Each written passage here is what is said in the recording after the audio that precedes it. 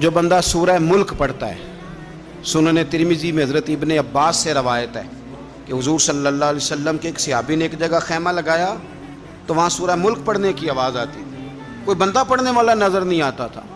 جب حضور کی بارگاہ میں عرض کیا تو فرمایا وہاں قبر تھی اور قبر کے اندر بیٹھ کے میرا صحابی سورہ ملک کی تلاوت کر رہا تھا۔ اگر ہمیں خسرہ نمبر یاد ہو جاتا ہے نا اپنی جگہ کا، اور ہمیں پتہ ہوتا ہے کہ میرے والا حصہ کتنے کروڑ کا ہے، اگر ساری کہانیاں ہمیں یاد ہوتی ہیں تو سورہ ملک بھی ہمیں یاد ہو سکتی ہے۔ موبائل پہ اس کو ریکارڈ کر لیں، پھر اس کو سنیں کبھی بھی سورہ ملک میں۔ اور ہمارے سلسلہ عالیہ میں تو سورہ ملک وظیفہ ہے۔ سورہ ملک اتنی شاندار صورت ہے